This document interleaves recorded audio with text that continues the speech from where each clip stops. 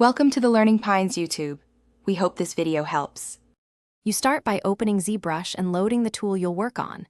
This ensures background changes preview correctly.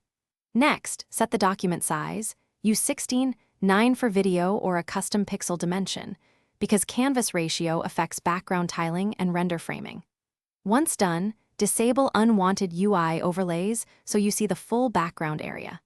Make sure to save a quick project snapshot before changing colors or images. That way you can revert if the composition shifts unexpectedly.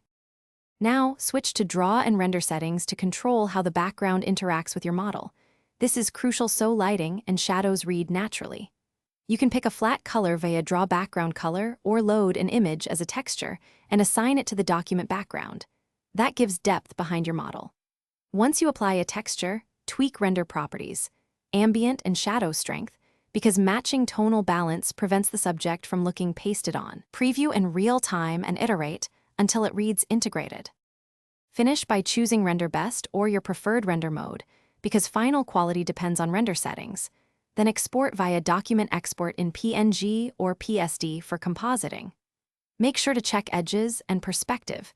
If the model separates too starkly, add slight background blur or enable ambient occlusion to unify contact shadows.